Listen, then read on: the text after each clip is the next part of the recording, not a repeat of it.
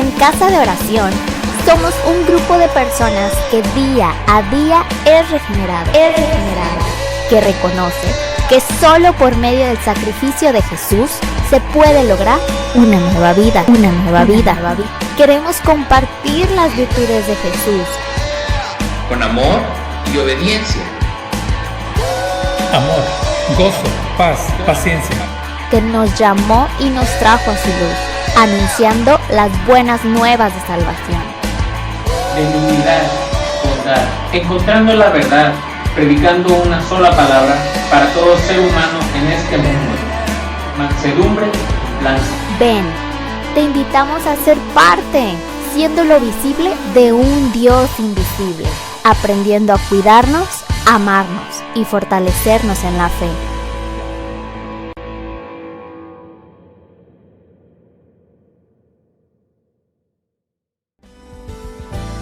Cantamos juntos. Ante ti me inclino, ante ti me rindo, sí Señor, ante ti, dándote gracias por lo que has hecho en mí. Puedo ver tu rostro, hermoso y sublime. Mi corazón lo entrego como ofrenda de amor. Dile: ante ti, Señor, ante ti me inclino, ante ti me rindo, dándote gracias por lo que has hecho en mí. Grandes cosas, Señor, estás haciendo. Puedo ver tu rostro, hermoso y sublime. Mi corazón. Vamos a darle inicio o continuidad a nuestra serie, en la cual estamos abordando el carácter, el rasgo que nos define o nos distingue ante los demás, y es algo que el Señor está muy interesado en que nosotros sea transformado esto. ¿Qué le parece si inclina ahí su rostro donde se encuentra y le pedimos al Señor que nos ayude y nos ilumine por medio de su palabra? Señor, nos ponemos todos de acuerdo para que tu palabra, Señor, venga a iluminar nuestro entendimiento, que nos ayude, Señor, a transformar nuestra vida. Te damos gracias, Señor, por haberla dejado para corregir toda desviación en nuestro caminar. Ayuda a mis hermanos, ayúdame a mí, Señor, a que esta palabra sea compartida con la autoridad con la que fue escrita y que mis hermanos la reciban con la misma orden y disciplina, Señor, que tú la has mandado. Te damos gracias en el nombre de Cristo Jesús. Amén, amén y amén. La serie, el carácter de un discípulo, el tema, rasgos necesarios en el carácter. Esta mañana hablaremos de la verdad. A lo largo de esta serie continuaremos hablando de rasgos modelos o fundamentales de un creyente. Estas son columnas, cada uno de los que hemos hablado son columnas que sostienen o derrumban nuestro testimonio. Características que un hijo de Dios debe demostrar en su manera de vivir. Podemos y debemos de realizar la siguiente reflexión al respecto. Si soy un hijo de Dios, estoy siendo transformado.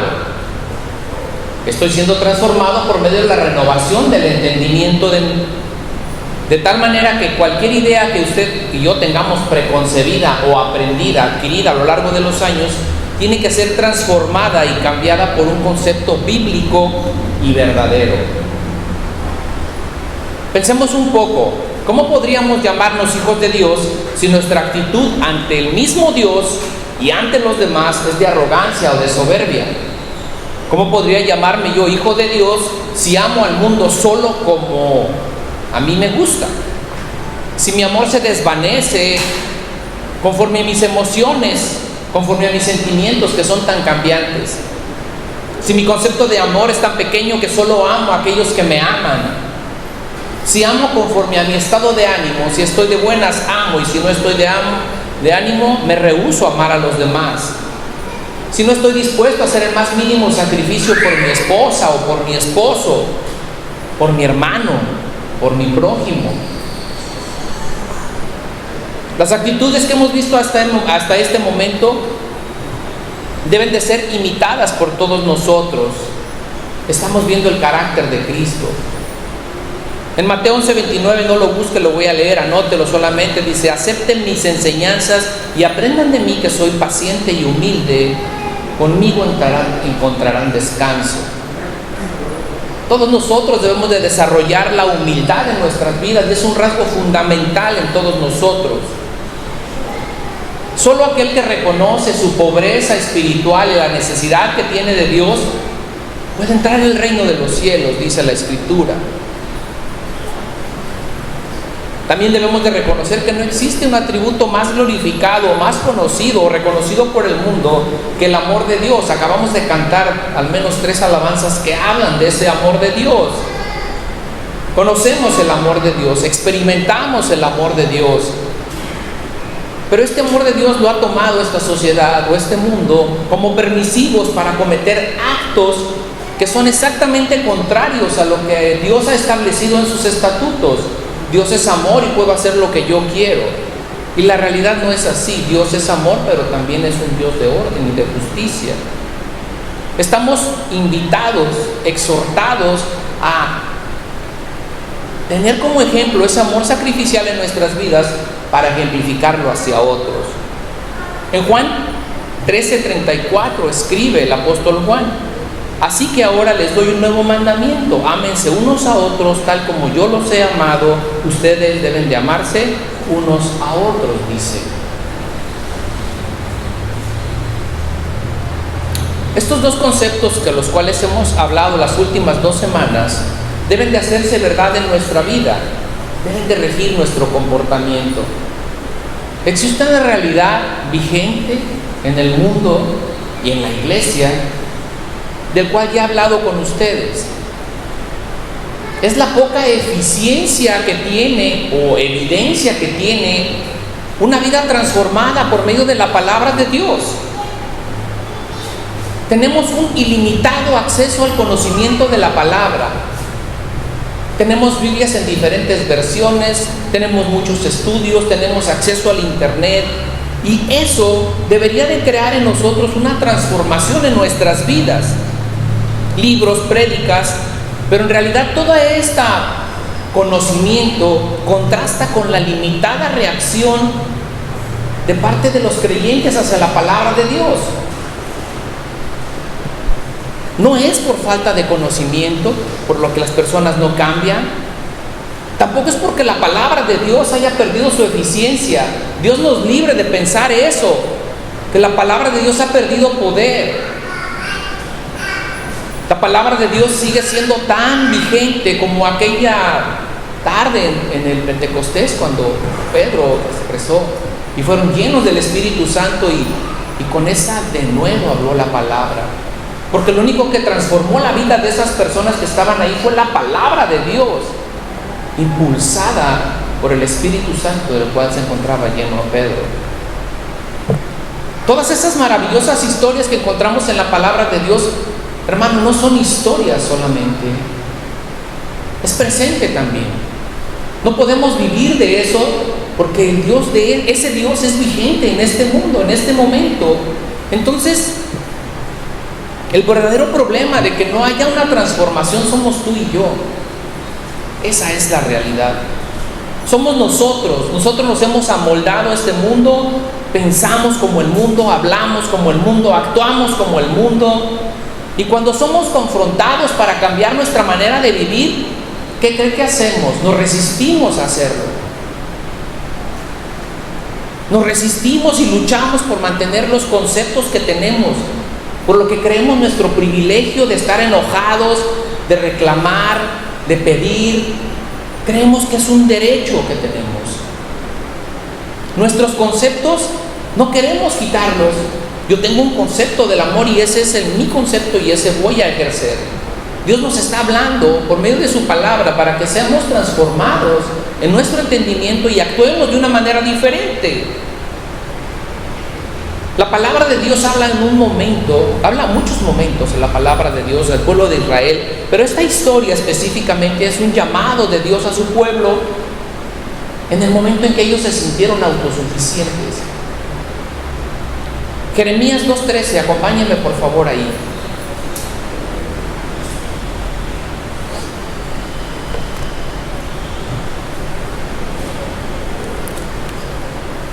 Dice: mi pueblo ha cometido 2 pecados en mi contra. Me ha abandonado a mí, fuente de agua viva, y luego ha cavado sus propias cisternas, pero esas cisternas están rotas y no pueden darles agua. Jeremías 2:13. Esta expresión habla de autosuficiencia. Han abandonado a Dios y han decidido vivir regirse bajo lo que ellos creen o lo que piensan. También habla de cambiar a Dios por conceptos propios, por mis propias ideas. Dice: han creado para sí cisternas, pero dice cisternas rotas, que no pueden retener, que no pueden guardar la palabra de Dios. La realidad es que esto nunca va a saciar la sed que tú y yo tenemos de agua viva. La necesidad que tenemos de Dios muestra que muchas veces es anunciada la palabra de Dios, proclamada, y como acabo de decirle, tenemos mucha oportunidad para recibir una buena enseñanza, pero la palabra no es retenida. Se diluye, se va. Yo le pregunto, ¿qué utilidad tiene una cisterna rota? Ninguna. Porque en cuanto usted llena, ella se vacía. Y la idea o el propósito de una cisterna es almacenar agua para que en la necesidad usted pueda utilizarla. Bien, pues la realidad es esa, que la palabra de Dios no es retenida en nuestros corazones. La olvidamos prontamente, la ignoramos, la pasamos por alto, y cual barril sin fondo desechamos el conocimiento y la verdad de la palabra de Dios. Algo sumamente importante tiene que ver esto. Esto es una decisión personal. Es trascendental el poder que tenemos para decidir las cosas. Usted y yo decidimos actuar y en qué manera proceder. ¿Qué importancia le damos a la palabra de Dios? Si la retenemos o no la retenemos. Si solamente la hacemos un conocimiento, en verdad la hacemos propia y la vivimos. Eso es una decisión. Y está en usted y está en mí. No es de nadie más. ¿Qué importancia le da usted a la palabra de Dios, al conocimiento de las verdades bíblicas? Esa que nos confronta, porque la palabra de Dios nos confronta y nos debe de mover. ¿O es el propósito de la palabra de Dios que seamos confrontados en nuestra manera de vivir y que vayamos caminando hacia la santidad a la cual nos llama el Señor? Aquellos que han sido salvados por Jesucristo, llamados hijos de Dios, creemos en el Señor como nuestro Señor y Salvador, que hemos nacido de nuevo, tenemos la palabra de Dios y la obra del Espíritu Santo. No cambiamos porque no queremos. No hay vuelta. No cambiamos porque no queremos. Si hay algo en tu vida que no te gusta, es porque no has querido trabajar en ello. Simple, hermano. No le demos vueltas. No somos transformados porque no estamos dispuestos a someternos a las verdades de la palabra, porque desechamos las enseñanzas que de ella emanan, porque voluntariamente decidimos seguir nuestra vida sin el propósito de cambiar. Entonces, aquí la reflexión es la siguiente: preguntémonos, ¿en dónde estoy yo enfrascado en este momento? ¿Qué es lo que no he podido avanzar? ¿Por qué no puedo cambiar esta actitud en mi vida? Aquella que te desagrada tanto, aquella que te confronta, que cada vez que hablan de ella te incomoda. ¿Por qué? ¿No has permitido que haga esa obra el Señor en tu vida? Creo que es una muy buena reflexión, hermano. El propósito de hablar del carácter es ese: que seamos transformados y que se desarrolle una nueva personalidad en nosotros. La palabra de Dios tiene ese poder de cambiar a las personas. Y el Espíritu Santo es la obra que hace en nuestras vidas. La recuerda en cada momento para que actuemos de una manera correcta. Hace casi 2000 años la verdad fue sometida a un juicio y juzgada por la gente que era adicta a las mentiras. De hecho, la verdad enfrentó 6 juicios en menos de un día completo, 3 de los cuales fueron religiosos y 3 de los cuales fueron legales. Al final, pocas personas implicadas en estos acontecimientos podían responder a la pregunta: ¿qué es la verdad? Después de ser arrestado, la verdad fue conducida primeramente ante un hombre llamado Anás, un corrupto ex sumo sacerdote de los judíos. Anás quebrantó numerosas leyes judías durante el juicio, incluyendo la celebración del juicio en su casa, tratando de inducir autoacusaciones en contra del acusado, golpeando al acusado, quien hasta en ese momento no se le había declarado culpable de nada. Después de Anás, la verdad fue llevada al sumo sacerdote en funciones, Caifás, quien resulta ser yerno de Anás. Ante Caifás y el Sanedrín judío se acercaron muchos falsos testigos para hablar en contra de la verdad, pero no se pudo probar nada y no podía encontrarse evidencia de delito alguno. Caifás rompió al menos 7 leyes mientras estaba por condenar a la verdad. Todas estas acciones estaban prohibidas por la ley judía. A pesar de todo, Caifás declaró culpable a la verdad, porque la verdad aseguró ser el Dios encarnado, algo que a Caifás lo llamó blasfemia. Cuando llegó la mañana, se llevó a cabo el tercer juicio de la verdad, con el resultado de que el Sanedrín judío pronunció la sentencia de que la verdad debería morir. Sin embargo, en el concilio judío no tenían derecho legal para poder llevar esta pena de muerte, así que se vieron forzados a traer a la verdad ante el gobernador romano en turno, un hombre llamado Poncio Pilatos. El procurador tenía el poder de decidir entre la vida y la muerte para revertir la sentencia capital dictada por el Sanedrín. Mientras la verdad se encontraba ante Pilato, más mentiras fueron declaradas en su contra. Sus enemigos decían: a ese hemos hallado que pervierte la nación y que prohíbe dar tributo al César, diciendo él mismo que el Cristo es un rey. Eso era una mentira, puesto que la verdad había dicho que todos pagaran sus impuestos. Jamás habló del mismo como algo que pudiera desafiar al César. Después de esto se produjo un diálogo interesante entre la verdad y Pilato. Entonces Pilato volvió a entrar al pretorio y llamó a Jesús y le dijo: ¿eres tú el rey de los judíos? Jesús respondió: ¿dices tú esto por ti mismo o te lo han dicho otros de mí? Pilato le respondió: ¿soy acaso judío? Tu nación y tus principales sacerdotes te han entregado a mí. ¿Qué has hecho? Respondió Jesús: mi reino no es de este mundo. Si mi reino fuera de este mundo, mis servidores pelearían para que yo no fuera entregado a los judíos, pero mi reino no es de aquí. Le dijo entonces Pilato: luego, ¿tú eres rey? Respondió Jesús: tú dices que soy rey. Yo para esto he nacido, para esto he venido al mundo, para dar testimonio de la verdad. Todo aquel que es la verdad, oye mi voz. Le dijo Pilato: ¿qué es la verdad? La pregunta de Pilato, ¿qué es la verdad?, ha estado en nuestras mentes a través de toda la historia. Esta mañana abordaremos otro rasgo necesario en el carácter de todo el creyente. Hablaremos de la verdad. Desde el concepto bíblico y fundamental, puedo hacerle la siguiente pregunta: ¿usted conoce un creyente mentiroso? Qué lamentable, ¿verdad? Hace unos días estábamos escuchando una persona que preguntaba, ¿verdad?, o hablaba de un testimonio de otro hermano que se congrega en otra iglesia. Dice: sí, le quedó de ver a muchas personas, dice. Es fulanito el que le quedó de ver a muchas personas. Esa fue la forma en la que lo describieron. Imagínese a alguien que le diga: sí, es el que es mentiroso.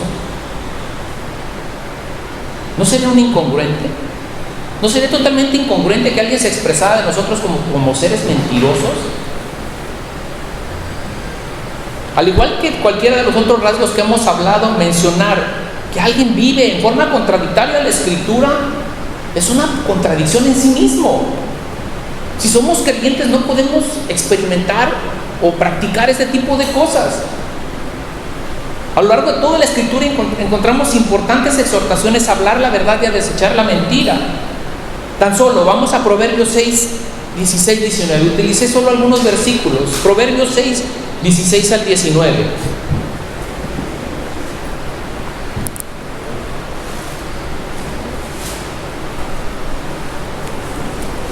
¿Hasta ahí?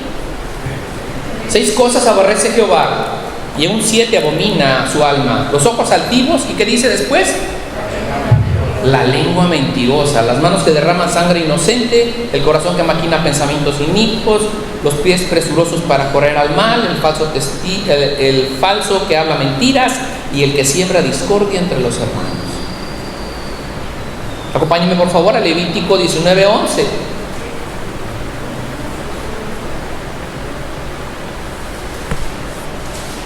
¿Está ahí?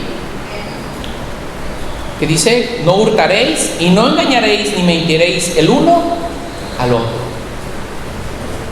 Esa y muchas otras partes dentro de la Escritura hablan de mentir. La palabra mentir es de amplia aplicación. Se puede definir como simplemente lo contrario a la verdad, pero también abarca engañar, falsear, dar falso testimonio, falsificar. Podríamos englobar esta definición de la mentira mediante la expresión de hablar, hacer o actuar de manera contraria a la verdad. Cuando es en ignorancia, no deja de ser mentira, ¿está de acuerdo? Pero cuando usted la conoce y habla mentira, yo creo que es más grave, ¿no? Porque usted lo sabe y echa mentiras. El apóstol Pablo nos recuerda quién es el padre de la mentira y del engaño. Juan 8:44 dice la Escritura: vosotros sois de vuestro padre el diablo, y los deseos de vuestro padre queréis hacer. Él ha sido homicida desde el principio y no ha permanecido en la verdad, porque no hay verdad en él. Cuando habla mentira, de suyo habla, porque es mentiroso y padre de mentiras. Bueno, pues el padre de mentira susurra como un viento sobre la vida de los creyentes, incitándolos a caer en esta condición. Dice: él creó la mentira y él susurra. Por ejemplo, a Ananías, en Hechos 5:3, donde dice: entonces Pedro le dijo: Ananías, ¿por qué permitiste que Satanás entrara en tu corazón y mentiste y trataste de engañar al Espíritu Santo? Vendiste el terreno, pero ¿por qué te quedaste con parte del dinero? ¿Quién le susurró? ¿Y de qué manera él fue seducido a decir eso? En la Biblia encontramos muchos más personajes que cayeron en esta seducción. El mismo diablo, cuando le dice la mentira a Adán, a Eva en el jardín del Edén, Caín, Sara, Jacob, los hermanos de José, Sansón, Saúl, Mical, David, el profeta Betel, los nivitas, Ananías y los cretenses, todos ellos tienen una cita dentro de la Escritura y vemos alguna consecuencia de haber mentido delante de Dios. Cada una de estas historias tienen algo que enseñarnos al respecto y las consecuencias que hay en la mentira. Al definir la verdad es importante, pero debemos de entonces entender qué no es la verdad o qué es la mentira. Porque hay algo muy curioso en la actualidad. Creemos que es verdad lo que la mayoría hace. Creemos que es verdad lo que la ciencia propone. Creemos que es verdad lo que los diputados imputan o ponen dentro de las leyes. Y lo tomamos por verdad. La verdad no es algo que funciona. Mucha gente piensa que el fin justifica los medios. Para poder lograr tal cosa, tenemos que hacer las cosas, hagamos lo que se tenga que hacer para lograr el objetivo. aunque eso implique verse comprometidos a sí mismos en actitudes que ofenden a Dios. Esa no es la verdad.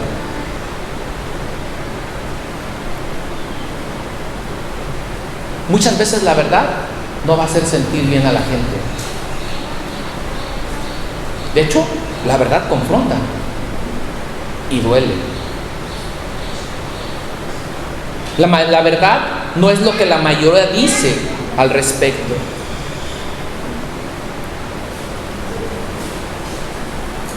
La verdad no es la que conocemos, la verdad es lo que conocemos. Y la verdad no es lo que simplemente nosotros creemos.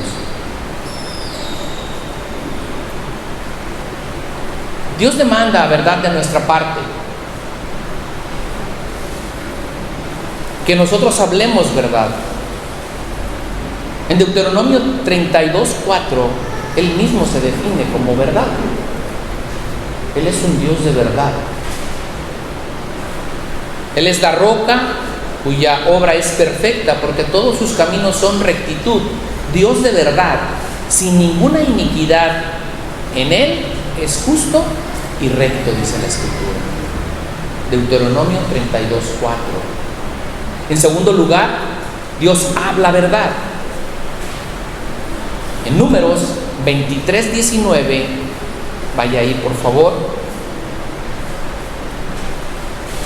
¿Está ahí? 23:19 dice: Dios no es hombre para que mienta, ni hijo de hombre para que se arrepienta. Él dijo y no hará, habló y no ejecutará. Entonces Dios habla verdad. Dios es verdad y también habla verdad. Y por última parte, o por último punto, Dios ama la verdad.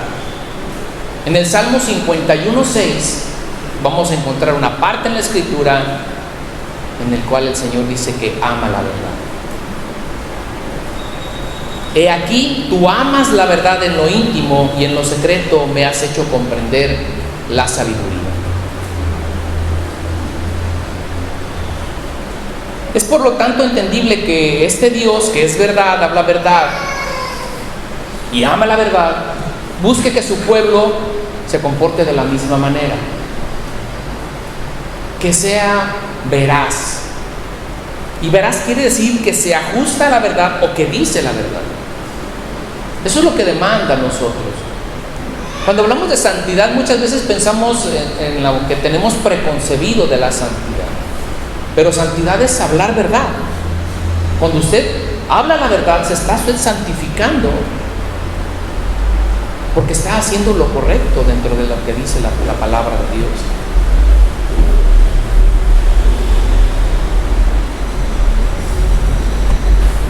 Dios busca y tiene este propósito sobre nosotros. Demanda de nosotros que seamos santos.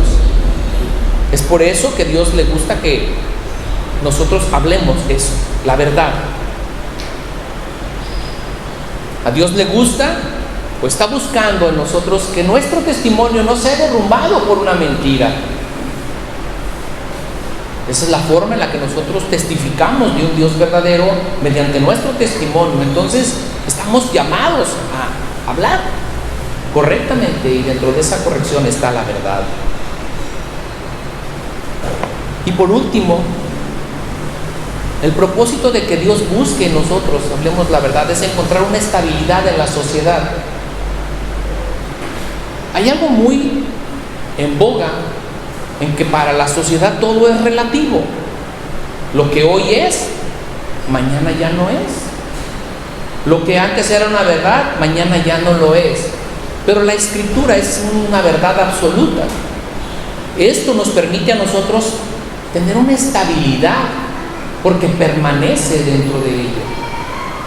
Basta que se pongan de acuerdo algunos diputados, senadores, y digan que una ley que se proclamó que era correcta, mañana ya no lo sea, y la gente tiene que acatarla. La Escritura no es así. Y usted y yo nos podemos poner de acuerdo y decimos, ya no vamos a tomar esta parte de la Escritura, y estamos cayendo en un error, porque la Escritura sigue aplicándose tan vigente como hace más de 2000 años.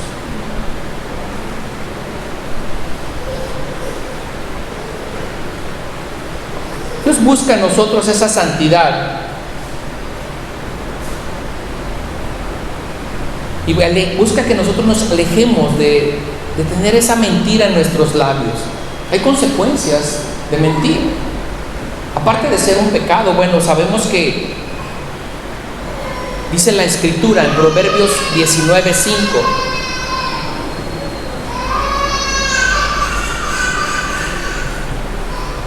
¿Está ahí? Proverbios 19:5.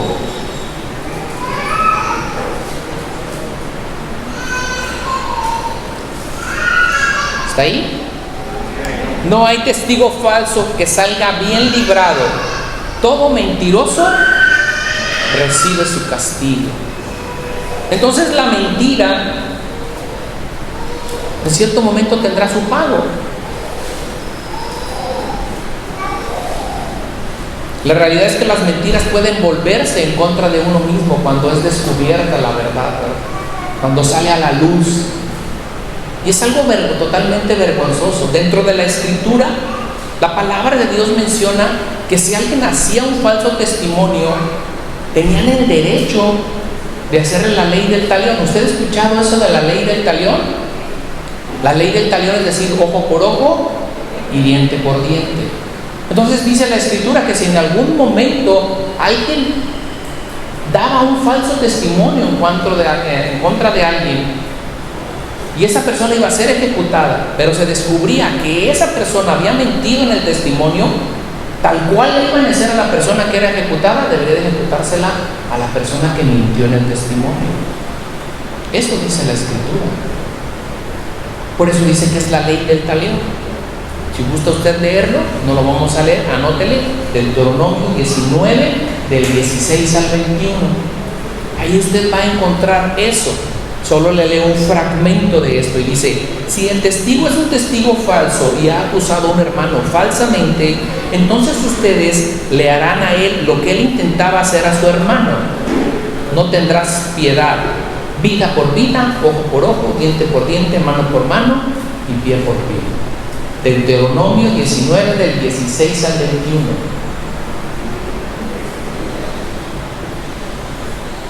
Aquí vemos solamente una muestra de lo que significa para Dios, o la importancia que tiene para Dios el mentir, a tal grado que, bueno, que esto genere en nosotros un temor. Porque imagínense que veo que yo miento y me van a cobrar la deuda, ahora sí que la condena de otra persona. Eso tiene que traer temor sobre mi vida. Lo mismo que sucedió con Ananías.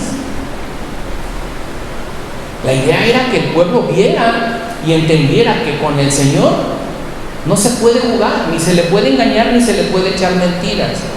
Le pregunto, ¿cuántos de nosotros seguimos practicando la mentira? Como si Dios no nos viera, como si Dios no estuviera. Si Él tomara una acción como la que tomó con Ananías, ¿qué pasaría con alguno de nosotros? ¿No le da temor? ¿No le da preocupación? ¿Con qué facilidad mentimos? ¿Sabe que hay cosas que es lamentable? No digo que yo no he hecho una mentira, sí, y he caído en una mentira, también las he dicho, pero es nada más lamentable que descubrir la mentira dentro del pueblo de Dios. Un hermano que sea mentiroso, que te diga una cosa y que no sea como te dijo, porque entonces ya no lo tomas tan en serio como deberías de tomarlo.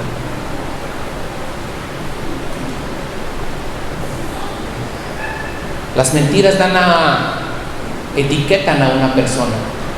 ¿Cómo se llama la persona que dice mentiras? Mentiroso. Mira, ahí va Juan el mentiroso. Pero es cristiano, sí, pero es mentiroso. Es desagradable, ¿no crees? Qué triste sería que nos expresaran así de nosotros. ¿Cómo podemos comprometernos nosotros con la verdad? ¿Cómo podemos ser hijos veraces delante de Dios? Somos llamados a hablar verdad por lo que Dios ha hecho por nosotros. Si no entendemos este concepto de todo el sacrificio, de todo el amor que acabamos de cantar, de todo lo que es Dios, de todo lo que implica Dios, sus atributos, sus bondades, su misericordia, su gracia, y no somos reflexivos a tomar el camino hacia la verdad, no hemos entendido entonces quién es Dios. Me puede engañar a mí, se puede engañar a cualquiera de los hermanos, pero a Dios no le puede engañar. ¿Usted ha comprendido eso?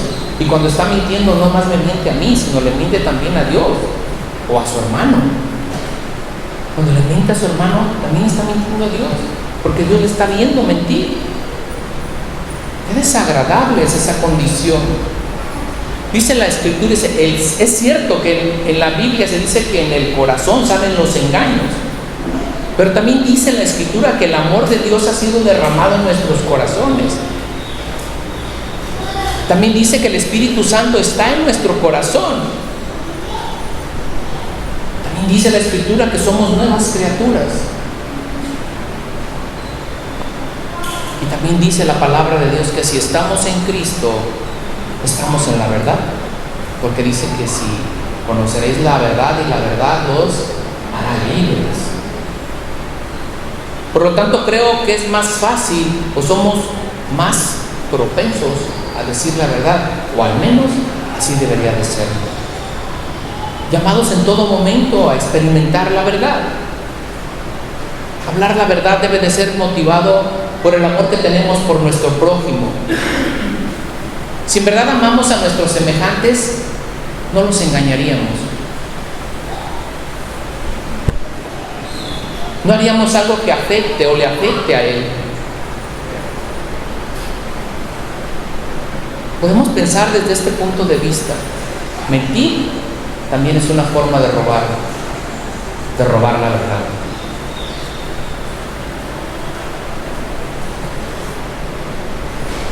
El hablar la verdad debe de ser motivado por el temor al Señor.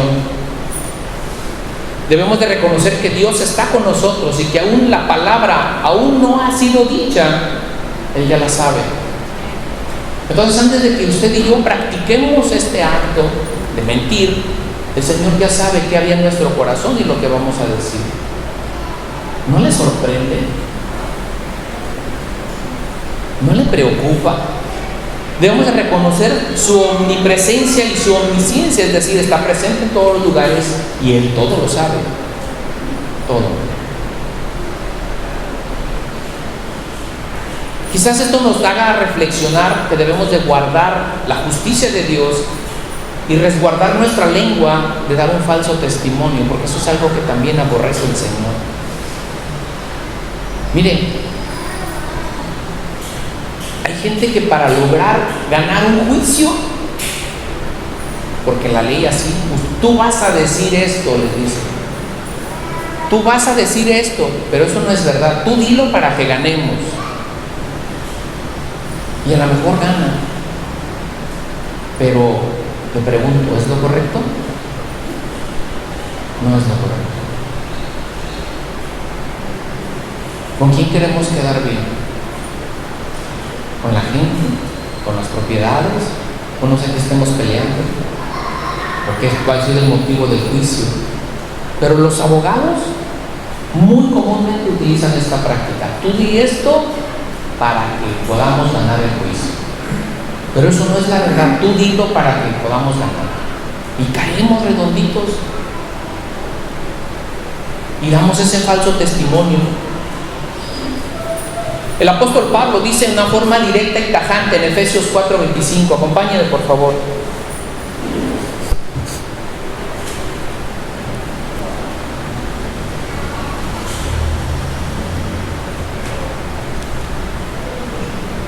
¿Está ahí? Dice, así que dejen de decir mentiras.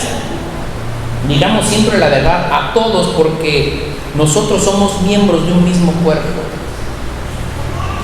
De hecho, una parte en la Escritura dice que la verdad es la que mantiene unida a la iglesia. La verdad es la palabra de Dios, ¿está de acuerdo? Y ella es la que nos mantiene unidos, porque todos tenemos un mismo sentir conforme a la palabra de Dios. No es lo que tú crees, no es lo que yo creo, es lo que dice la palabra de Dios. Y eso nos mantiene en una unidad. Es la fuerza que hace coherencia en nosotros. Todos nos apegamos a lo que dice la Escritura y eso nos hace tener amor unos por los otros. Bien, también escribe en la carta a los Colosenses 3:9: dejen de mentirse los unos a los otros, puesto que han desechado al viejo hombre con sus malos hábitos, dice. Colosenses 3:9 dice.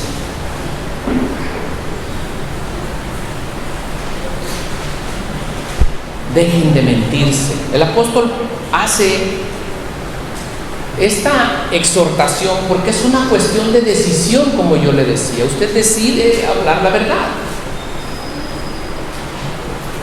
Debemos de caracterizarnos por ser hombres y mujeres veraces y confiables. Dios nos ha dado todo para seguir caminando en la verdad. Créame, probablemente podrá ganar el juicio diciendo una mentira. Pero si usted dice la verdad, créame que Dios le va a recompensar mejor que si hubiera ganado el juicio, porque le reconoce que usted se guardó en la verdad, aun cuando ésta quizás no le fuera favorable para usted. Eso es lo que busca de nosotros. No podemos ser seducidos a eso.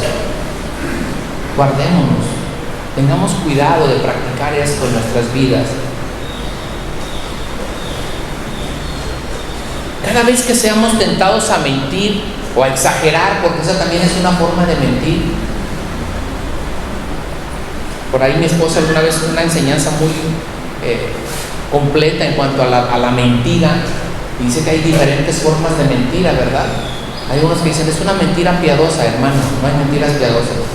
Las mentiras son mentiras. Ni hay mentiras chiquitas y mentiras grandotas. Son mentiras.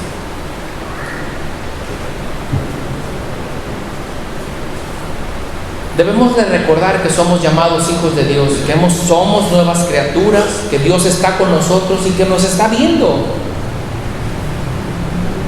Que está viendo nuestro actuar, lo que decimos. Debemos de hacer un compromiso con la verdad, evitar el decir el falso testimonio. El Señor sigue dando parámetros de santidad sobre nuestras vidas. Es lo que busca de ti y de mí, ser transformados, que haya una estabilidad, de que haya justicia dentro de la sociedad, dentro de la iglesia. Una de las características de un hombre o una mujer que quieren honrar a Dios es guardarse en santidad. ¿Usted quiere honrar a Dios? Quizás esa es la primera pregunta que debemos hacernos. ¿Usted quiere amar verdaderamente a Dios como lo acaba de cantar? Como lo acaba de expresar con su voz. Si verdaderamente ama a Dios, entonces busca honrarle. Y entonces si busca honrarle, en todo momento busca la santidad de Dios. Y hace un compromiso con decir lo correcto, aun cuando no le beneficie. Luchamos contra el engaño y contra la mentira. Este mundo está envuelto en una mentira. Y cada vez es más grande la mentira que se crea. Si en verdad buscamos que la sociedad sea justa, donde haya respeto, donde se busque y se defiende la verdad, somos llamados usted y yo a ejercerla. Quizás no logremos nada en un juzgado, quizás no logremos nada ante un pleno, no sé, ante un senado, pero si en su vida, si Él te lo dijo, ¿qué crees? Es verdad. No, es fulanito. ¿Quién te lo dijo? Fulanito. Yo le creo. Porque Él no echa mentiras. Así se han expresado de usted. Gloria a Dios, hermano. Siga trabajando en ello. Hermano, pero si no se han expresado así de usted, tenemos mucho que hacer. Una declaración trascendental, estoy cerrando, una declaración trascendental dentro de la Escritura es la que realiza Jesús al presentarse a sí mismo como la verdad delante de Pilato. Él mismo se hace llamar la verdad. De igual forma, ante sus discípulos utiliza la misma expresión. Juan 14:6. Vaya ahí, por favor. Juan 14:6.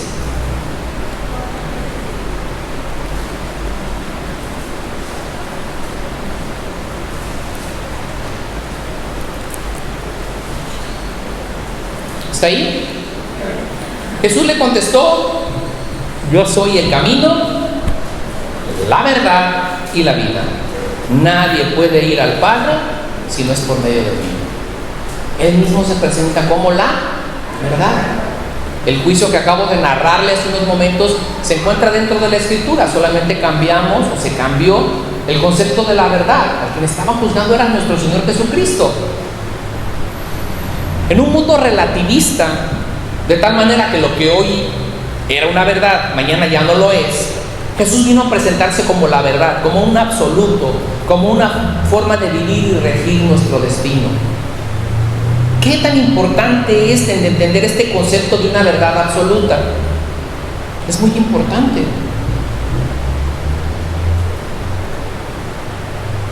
El estar dentro de la verdad absoluta, tenemos la seguridad de que no estamos equivocados.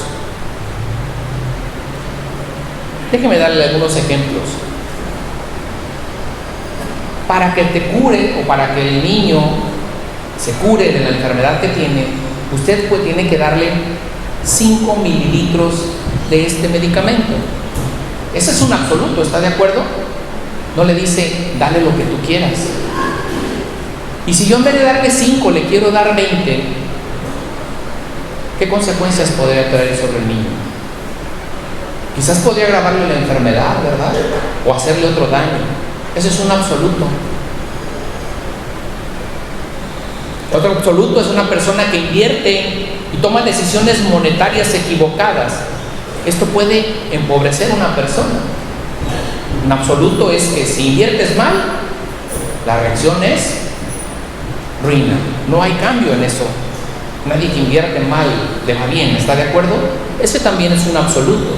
Por ejemplo, también es un absoluto que si tú te subes a un camión, ahorita no conozco las rutas, pero si el camión es la 7, por ejemplo, que te lleva a Santiago, y te subes al 14, pues no vas a llegar a Santiago, ¿verdad? Te va a llevar a Colomos. Ese también es un absoluto, ¿está de acuerdo? Son sencillos ejemplos de lo que es el absoluto. Mentir y hablar verdad tiene consecuencias, y aun cuando la sociedad pueda apostar por el relativismo, las consecuencias de la obediencia o la desobediencia hacia Dios tienen una consecuencia. Eso es real. Si obedeces, dice la Escritura, tiene esto para ti.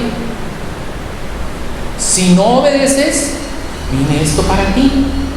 ¿Y qué dice después? Tú elige. ¿No dice así en Deuteronomio? Y todas estas cosas vendrán sobre tu vida si obedeces estos mandamientos. Bla, bla, bla, bla, bla, bla, bla, bla. Y si no obedeces, bla, bla, bla, bla, bla, bla, bla, bla, bla. Yo pongo delante de ti, bien, la vida y la muerte. ¿Y qué le dice? Tú elige. ¿Tú qué eliges? ¿Yo qué elijo? Eso es un absoluto, hermano. No hay vuelta de hoja. Los que creemos, lo que nuestros ojos nos engañan, o nuestros sentimientos nos engañan de ver que la gente le va bien por hacer lo malo. Oye, es que él es ni cristiano es y le va muy bien. Oye, ni siquiera conoce de Dios y le va muy bien. ¿Sí, hermano? ¿Tú crees que es así? ¿Tú crees que no habrá un pago al final de los días? ¿Tú crees que no habrá una consecuencia? Quizás en lo que estamos aquí no haya esa prosperidad, no haya eso que vemos como una felicidad, pero tú tienes a Dios, hermano. Tú has conocido al único Dios vivo y verdadero, está en tu vida, está en tu corazón. Y si te mantienes firme en la carrera de que Dios nos ha llamado, el Señor vas a poderlo ver cara a cara. Hermano, eso vale más que cualquier cosa que te puedan dar. No nos engañemos por lo que vemos a nuestro alrededor. La realidad es esa. Si tú permaneces en Dios, va a haber una recompensa eterna en tu vida y en mi vida. Todo aquel que es de verdad, oye mi voz, dice.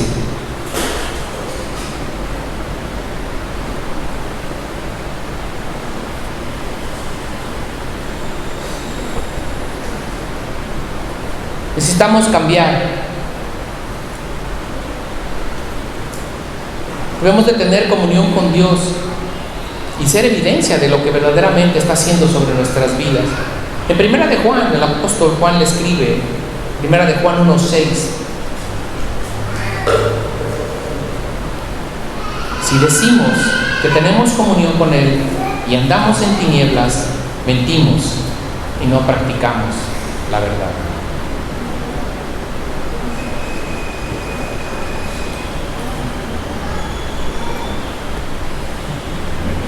La revelación que Dios nos ha dado por medio de la Escritura no es para satisfacer nuestra curiosidad, sino nos está dando una dirección de vida práctica para todos nosotros. Cuando dice si tenemos comunión con Él, es caminar con Él, andar con Él, ser como Él era. Ese es el llamado que tiene. Si tenemos ese tipo de relación con el Señor, entonces no debemos de andar en las tinieblas y por lo tanto nuestro actuar debe de ser correcto. Asemejarnos a Cristo exige un cambio bien intencionado de nuestra parte.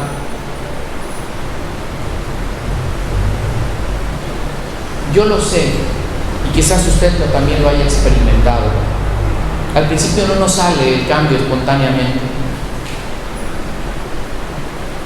pero llega un punto en donde debemos de tomar decisiones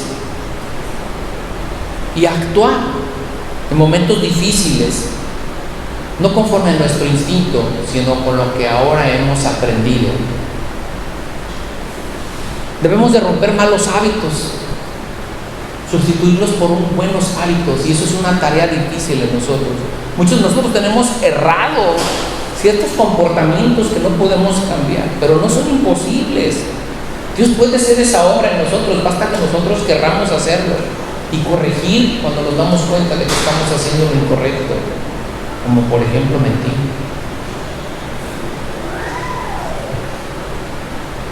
Debemos de dejar esas actitudes pecaminosas que son conductas y acciones que no agradan a Dios.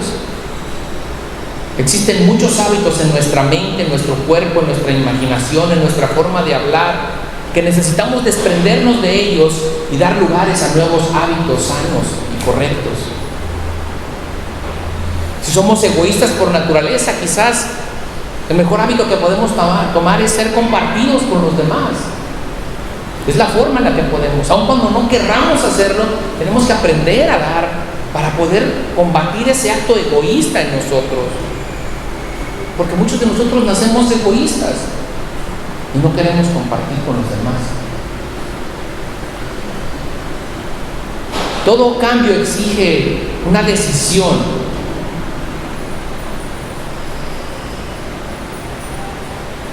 Cristo nos llama a despojarnos y a revestirnos de un nuevo carácter. Muchas veces nos enfocamos en despojarnos de esa vieja naturaleza pecaminosa, pero no nos revestimos de Cristo. Es decir, tratamos de dejar los viejos hábitos, pero también tenemos que contrarrestar con una nueva forma de vivir, tomar y adoptar esos buenos y correctos hábitos que dice la Escritura. Si bien es cierto, solo una parte es luchar contra esa naturaleza pecaminosa, tenemos que complementarla con llenarnos del poder de Dios, del favor de Dios, renovando nuestro entendimiento, nuestra mente, por medio de la palabra de Dios. Es necesario desarrollar características conforme a los principios divinos y además de despojarnos de todo lo que contraviene a estos principios. La tarea que tenemos por delante es despojarnos del pecado y revestirnos de los atributos de Dios, a fin de que el viento del Espíritu Santo nos impulse cada día más a asemejarnos a Cristo. Amén. Póngase de pie.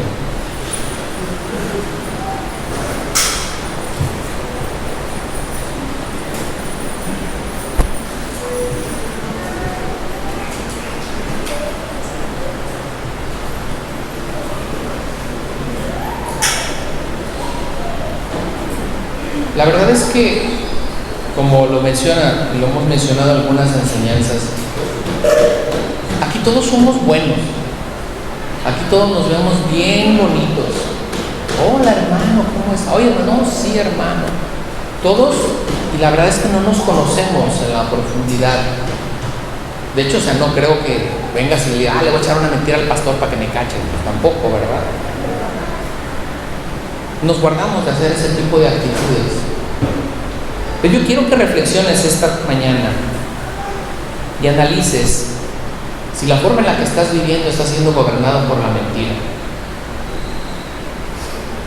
Mira, es tan sutil que empezamos con una tan pequeña y esa nos lleva a echar otra y luego otra y luego otra y luego nos vemos envueltos en una maraña de mentiras. ¿A quién engañamos? ¿A nosotros? ¿A la iglesia? Creo que nos estamos equivocando. A nosotros mismos nos engañamos. Quizá comenzaste con algo que para ti fue insignificante, como una mentira piadosa, aquella que utilizaste para salir del paso, para salir del problema. Como viste que no hubo una consecuencia inmediata, fuiste adquiriendo ese hábito en tu vida y esa costumbre de mentir. Ahora cada vez lo utilizas con más frecuencia, se te ha hecho un estilo de vida y ante muchas circunstancias ha sido tu mejor salida. Pues me he hecho una mentira ya, para no verme en problemas. No puedo, no estoy, no quiero.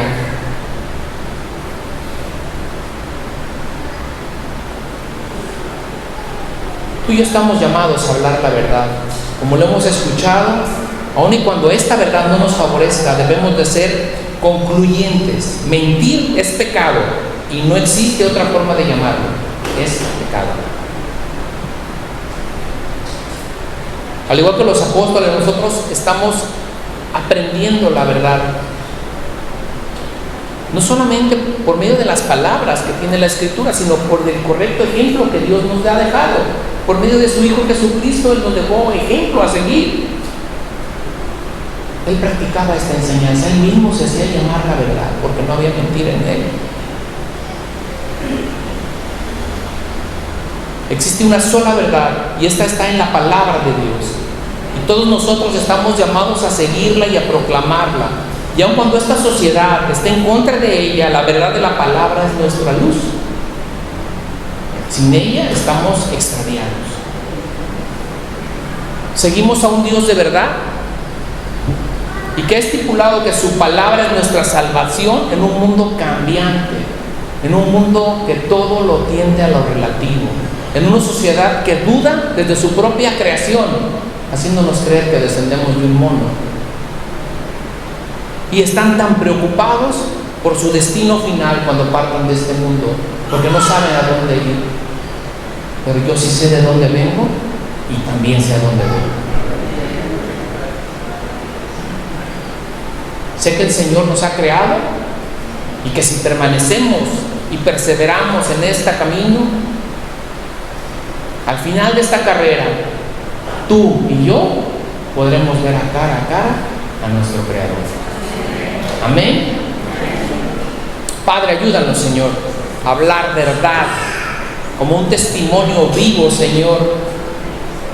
Que la sabiduría de tu palabra nos inunde, pero que también nos dispongamos en nuestro corazón a abandonar todo lo que es mentira. Que nos despojemos de nuestros viejos hábitos, revistiéndonos de ese nuevo hombre. Que tu palabra siga renovando nuestro entendimiento para que por medio de ella seamos verdaderamente transformados en nuevas criaturas. Gracias te doy, Señor, por tu iglesia, por mis hermanos, por este hermoso tiempo que pudimos ser ministrados por medio de la alabanza, por la sabiduría de tu palabra, Señor, porque nos hablas y nos hablas, Señor. Ahora ayúdanos a ponerlo por obra, Señor. Que la parte más importante de este sermón se cumpla cuando partamos por esa puerta. Que podamos ser testimonios, Señor, de que verdaderamente vivimos en la verdad. Te damos gracias y te bendecimos en esta hermosa mañana. Te lo pedimos todo esto en el nombre de Cristo Jesús. Amén, amén y amén. Y el pueblo de Dios dice: gloria al Señor. Que Dios te bendiga. Que tenga una excelente tarde. Les pido por favor a los varones si me ayudan a colocar la